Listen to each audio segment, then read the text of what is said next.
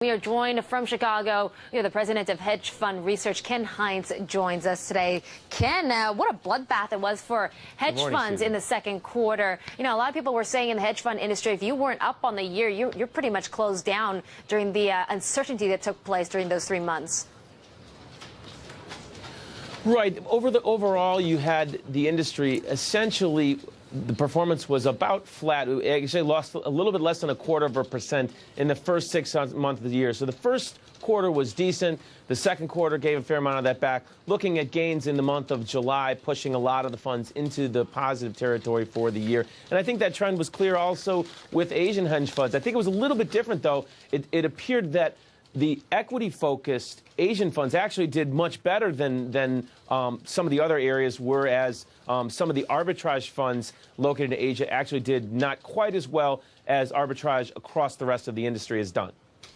Okay, so we're looking at $360 million in new funds flowing to the Asia Pac to be placed in these hedge funds. What about the losses of $2.4 billion in assets, though, during the sell-off that we saw on the markets? I mean, 360 compared to 2.4 billion isn't really something to celebrate if you look at the ratios.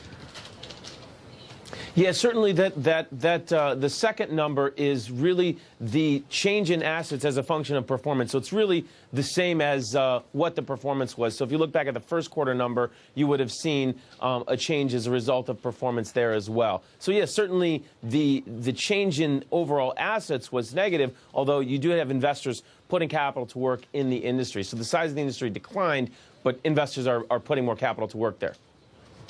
And why is that? Why are hedge funds looking more towards Asia? Because it looks like Asian-focused funds actually employ higher levels of leverage. So is there more risk, more reward in this part?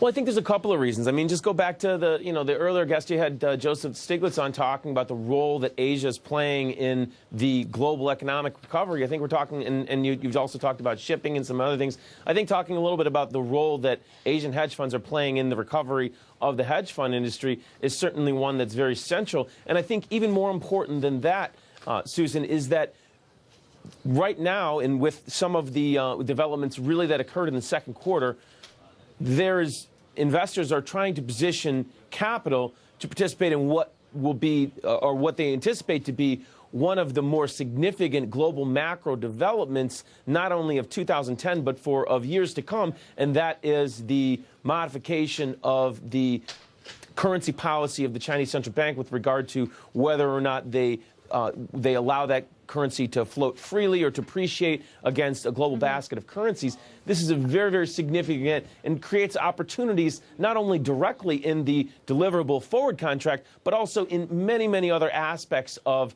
fixed income, in commodities, and equities, and currencies, certainly. And investors are looking for ways and opportunities to participate in that, something that, obviously develop over the next few months and quarters.